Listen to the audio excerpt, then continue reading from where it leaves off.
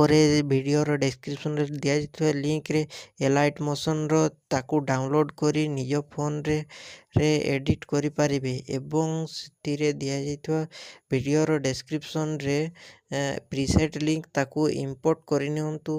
ତାପରେ ସେଥିରେ ଆପଣ ଯାହା କିଛି ଚେଞ୍ଜ କରିବାକୁ ଚାହୁଁଛନ୍ତି ତାହା ଚେଞ୍ଜ କରିପାରିବେ ଏବଂ ନ ଚେଞ୍ଜ କରି ମଧ୍ୟ ଆପଣ ତାକୁ ସିଧା ଡାଉନଲୋଡ଼୍ କରିପାରିବେ।